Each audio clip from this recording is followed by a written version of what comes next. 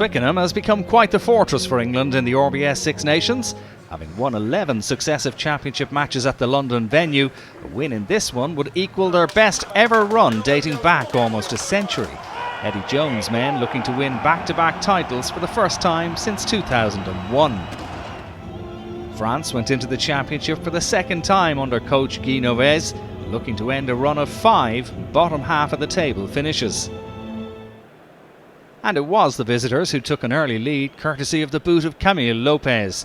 His left-footed strike in the 7th minute was good for a 3-0 lead. Soon after, England were back on level terms when referee Angus Gardner penalised Damien Chouli for not releasing in the tackle. And Owen Farrell rarely misses with this sort of opportunity. 3 points apiece after 9 minutes. Gloucester winger Jonny May found himself in trouble with the referee for flipping Gaël Fickou in the tackle. May guilty of lifting the Frenchman above the horizontal according to the official, and it would mean 10 minutes in the bin for the winger. And another chance for France to retake the lead. Once more, Lopez was on target with the kick just inside the upright, and it was 6 points to 3.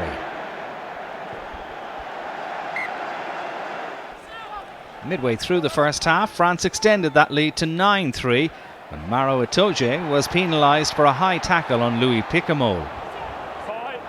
A penalty was the only sanction as it wasn't deemed dangerous, and Lopez landed the kick from almost 40 metres out to give France a 6-point advantage. Les Bleus hopeful of a first win in the championship at Twickenham since 2005. In a first half lacking in try-scoring opportunities, it was Farrell again who was Mr. Reliable off the tee. He brought it back to 6-9 on 23 minutes with this one.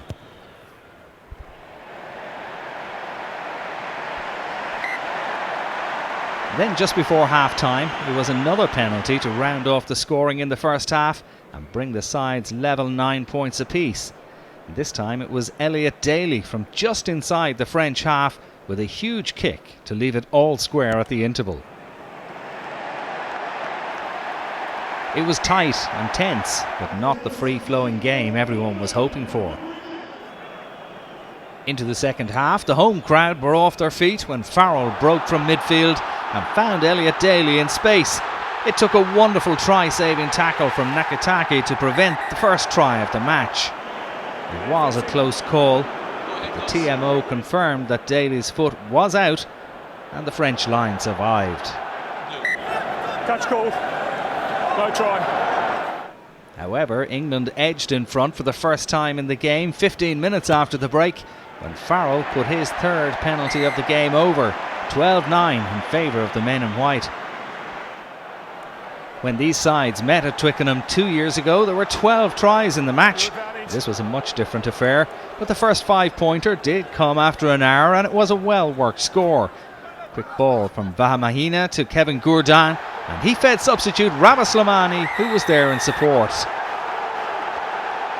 The prop from Stade Francais crucially restoring France's lead in a game that could still go either way. When Lopez clipped the conversion over, it was 16-12 for Les Bleus. Eddie Jones' men worked hard to create a try-scoring opportunity of their own, and 10 minutes from time it eventually arrived. Farrell slipped the ball to the onrushing Ben Teo, who charged over for a try on his Six Nations debut. The New Zealander, who played rugby league in Australia, showing tremendous power and pace for a fine score. Teo making a huge impact off the bench in only his 4th start for England. Farrell converted to give his side a 19-16 lead. France were unable to mount a serious threat to the England line after that, and when they were penalised at the breakdown with the clock in the red, England could savour victory once more. It may not have been the prettiest, but this win for England sets a new national record of 15 consecutive wins. It's now 9 successes from 11 against the French, and the quest for back-to-back titles for the first time since 2001 remains on target. But Eddie Jones knows his team will need to improve when they travel to Wales next time out.